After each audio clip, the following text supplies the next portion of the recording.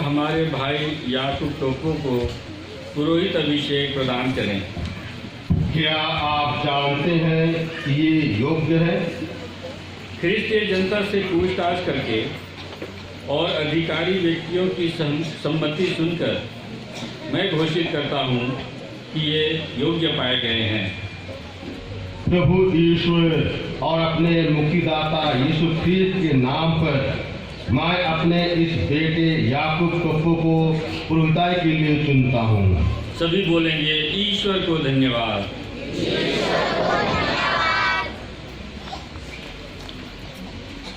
लगे नाम उन्होंने जोर से थापी ठोको जोर।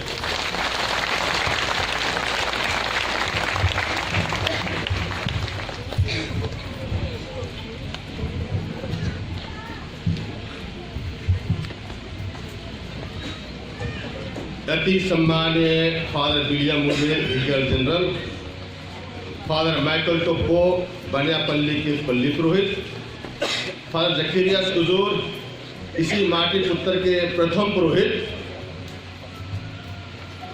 प्रिय पुरोहित भाइयों, धर्म बहनें, अति प्रिय माता पिताओं, भाइयों बहनों और प्रिय बेटे बेटियों,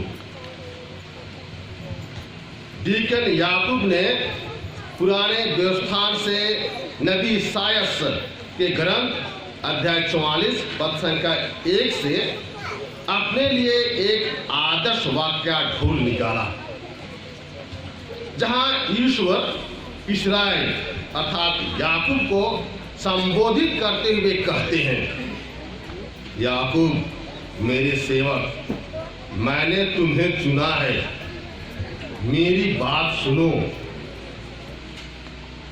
याकूब ने इस वाक्य पर गहन मनन चिंतन किया होगा, कई बार इसे पढ़ा होगा, अनेक बार इसके बारे में सोचा होगा, विचार मंथन किया होगा, उसके अंतरात्मा में गूंजती रही होगी, याकूब मेरे सेवक, मैंने तुम्हें चुना है, तुम मेरी बात सुनो। प्रभु की प्रेरणा भरे आश्वासन पाकर याकूब को लगा कि अब अपने जीवन रास्ते में अकेले नहीं है, उसे संभालने वाला, ढाढ़स देने वाला ईश्वर उसके साथ है।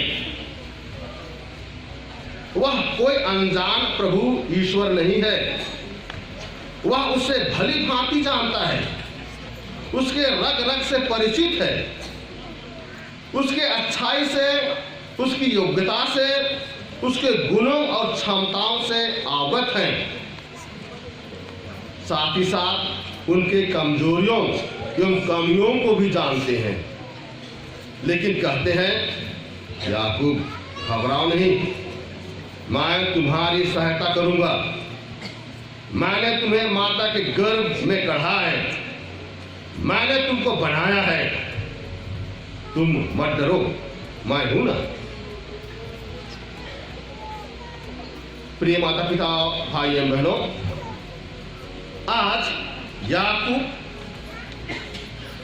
प्रभु के चुनौती भरे शब्दों को सुनकर कि याकूब मेरी बात सुनो, अर्थात ईश्वर के आज्ञाओं का पालन करो, मेरी आज्ञा का पालन करो, अब से तुम्हारी मन की बातें मत सुनो, तुम्हारे बुद्धि से विचार मत करो, पर अब से ईश्वरीय बुद्धि से सोचोगे, मेरी दृष्टिकोण के विचार से तुम चीजों को देखोगे, मेरी योजनाओं का अनुकूल तुम काम करोगे।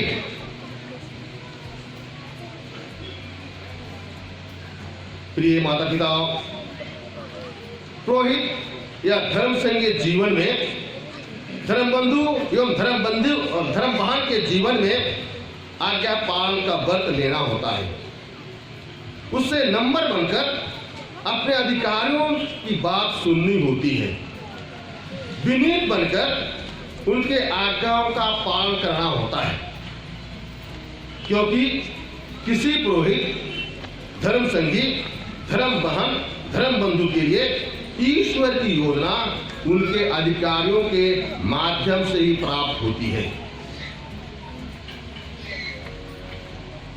मेरे पुरोहित भाइयों, धर्म बहने, भले ही आप अपने अधिकारियों से अधिक बुद्धिमान हो सकते हैं, आप उनसे अधिक होशियार हो सकते हैं, आप उससे अधिक होनहार हो सकते हैं, आपकी शैक्षणिक योग्यता उससे अधिक हो सकती है, लेकिन आपके अधिकारियों के आज्ञा का पालन करना ही होता है। क्यों? क्योंकि उन्हें उस पद का अधिकार ईश्वर की ओर से मिला हुआ होता है और आपके लिए ईश्वर की योजना उनके माध्यम से ही प्राप्त होती है। आप स्वीकार करें तो वह ईश्वर की ओर से आपके लिए एक सुंदर एवं अनुपम वरदान साबित हो सकता है। भले ही कुछ समय के लिए आपको बहुत अच्छा नहीं लगता हो, लेकिन अंत में आपको खुशी मिलेगी, आपका जीवन आनंदमय हो जाएगा, क्योंकि काम करने वाला आप नहीं, लेकिन आपके द्वारा हर काम को ईश्वर काम करने वाला है, ईश्वर करता है। और यदि आप उसे अस्वीकार करते हैं, आप अपने लिए अपनी बुद्धि से, अपनी योग्यता से, अपनी क्षमता के अनुसार योजना बनाते हैं, आप बना सकते हैं, लेकिन कभी कभी असफलता भी हाथ लग सकती है और आप हताश एवं निराश भी हो सकते हैं। कभी कभी मन में नकारात्मक सोच भी उत्पन्न हो सकती है और असंतुष्टि आपके दिल को कुंठित भी कर सकता है, और तब आप अपने जीवन के खुशी से वंचित भी हो सकते हैं। प्रिय भाइयों बहनों, आज के परिवेश में आज्ञा पालन का व्रत बहुत कठिन होता जा रहा है। आज कोई नम्र एवं विनीत बनकर जीवन यापन करना नहीं चाहता है। अधिकतर लोग कुछ ना कुछ कमा कर अपना नाम रोशन करना चाहते हैं, कुछ खास काम कर अपना नाम कमाना चाहते हैं। आज प्रायः सब कोई अपनी इच्छा, अपनी चाह, अपनी रुचि, कला एवं हुनर को महत्व एवं प्राथमिकता देते हैं। दूसरों के बारे बहुत कम ध्यान दिया जाता है, लेकिन यीशु आज भी दूसरों को ध्यान रखकर, दूसरों की भलाई के लिए, दूसरों की सेवा के लिए अपने दाख बारी में काम करने के लिए निमंत्रण देते हैं। आज भी दूसरों के लिए जीवन अर्पित करने के लिए आह्वान करते हैं, अर्थात पिता के दाख बारी में काम करने के लिए उन सेवकों की जरूरत होती है जो पिता की इच्छा के अनुसार काम कर सके और समय पर उसका फल बखारों में जमा कर सके।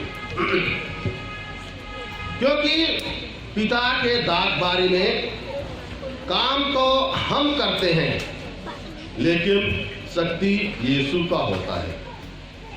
पिता के दाख बारी में पसीना तो हम बहाते हैं, लेकिन ऊर्जा यीशु का होता है। पिता के दाख बारी में दिन रात परिश्रम तो हम करते हैं, लेकिन फल देने का काम यीशु करता है। हम यीशु के साधन मात्र हैं, अर्थात हम दाख बारी में बीज लगा सकते हैं, पानी सींच सकते हैं, लेकिन उसे उगाने का काम, जीवन देने का काम, बढ़ाने का काम एवं उसमें फल फूल लाने का काम ईश्वर का होता है। ऐसा प्रतीत होता है कि हर मानव जीवन को ईश्वर ने दूसरों की सेवा के लिए बनाया है। यीशु अपने जीवन द्वारा हम ख्रिस्तियों के लिए जीवन का उद्देश्य निर्धारित कर दिया है।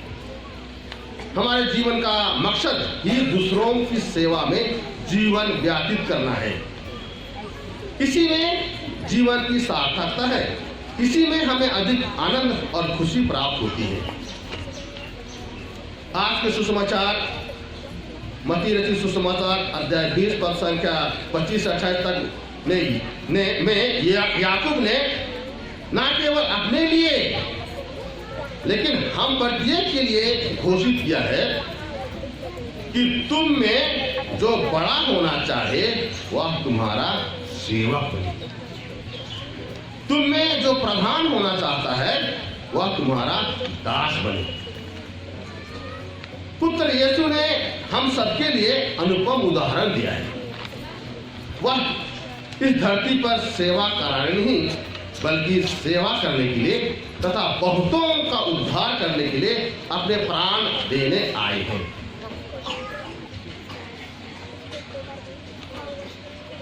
प्रिय माता पिता, भाइयों बहनों, डीकन याकूब ने इस पर विचार मंथन कर आज्ञा पालन एवं सेवा को अपने जीवन का मूल मंत्र बना लिया है।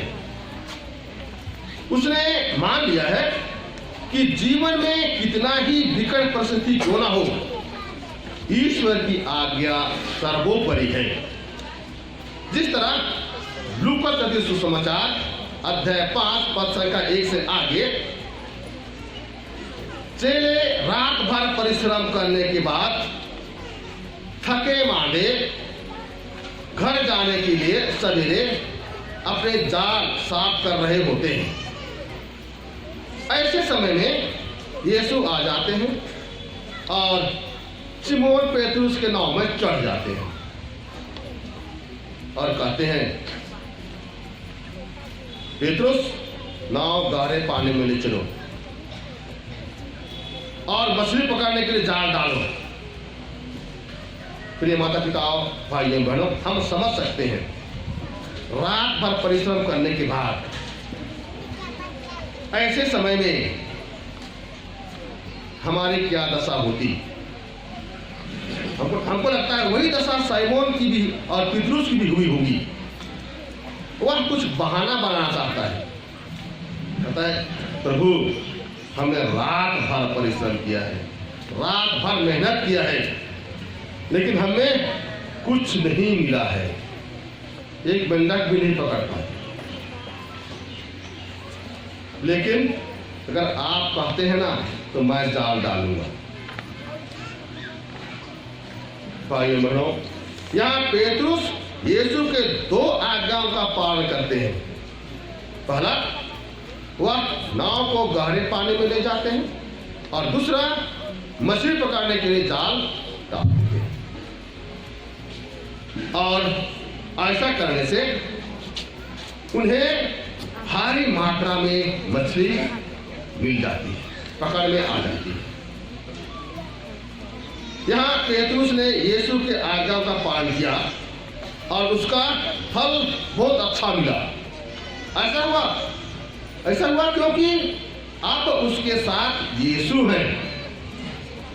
पहले यीशु नहीं था, अकेले परिश्रम रात भर किए थे, लेकिन अब यीशु साथ में है, तब उसको परिश्रम का फल मिला है।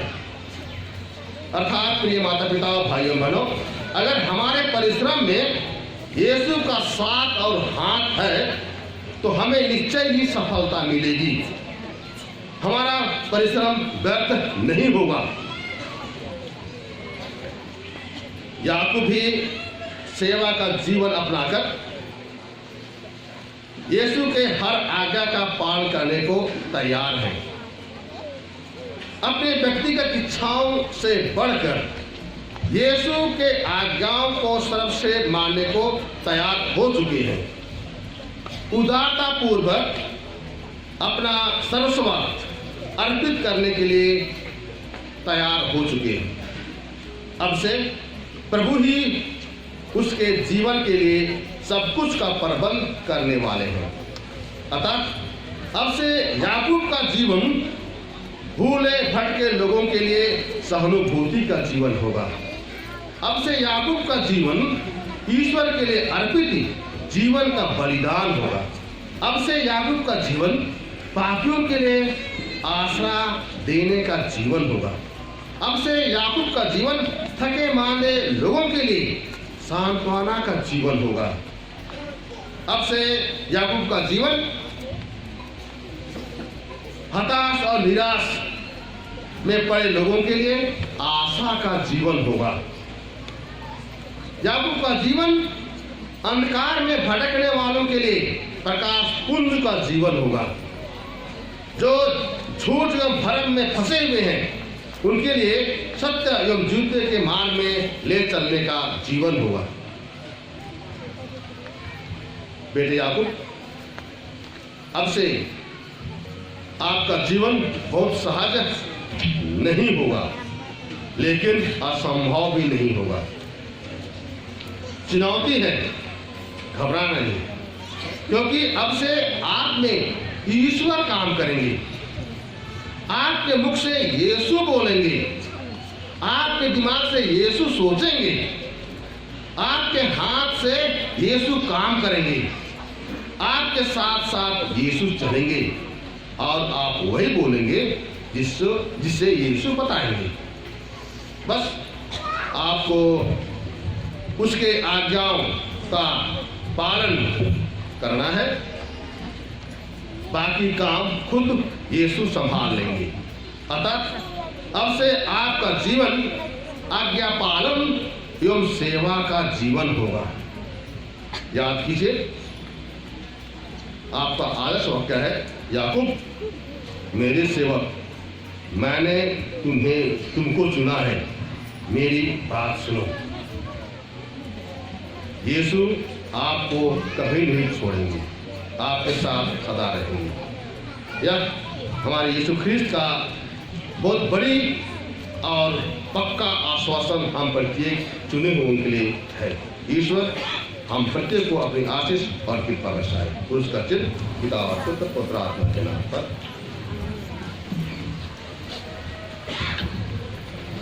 नाम पुरमत अकुन नाम है भले गरीबिया सी धर्मेश तर्ती जो नामा संदेश राजा अदन निष्कर कहा नाम है जिया गदगद मंजा के रा। संत पेट्रुस के पहले पत्र में कहा गया है, अध्याय 5 पर संख्या 2 में, मैं आपसे अनुरोध करता हूं कि ईश्वर का रेवल जो आप विश्वासियों को पुरोहित अभिषेक और पुरोहिताई जीवन के संबंध में यह कहकर समझाते हैं कि पुरोहिताई जीवन का महत्व पर विचार करें। पुरोहित एक शिक्षक, नबी और चरवाहा है। वे ईश्वर के नाम पर शिक्षा देने और लोगों को पवित्र करने के लिए बुलाए जाते हैं। धर्माध्यक्ष पुरोहित उम्मीदवार श्रद्धेय याकूब को ये भी समझाते हैं कि वे सुसमाचार को समझें और उन्हीं की शिक्षा अनुसार जीवन जीकर वचन, आचरण और प्रेम से दूसरों को भी शिक्षा दें। आइए हम इन प्रवचन को ध्यान से सुनें।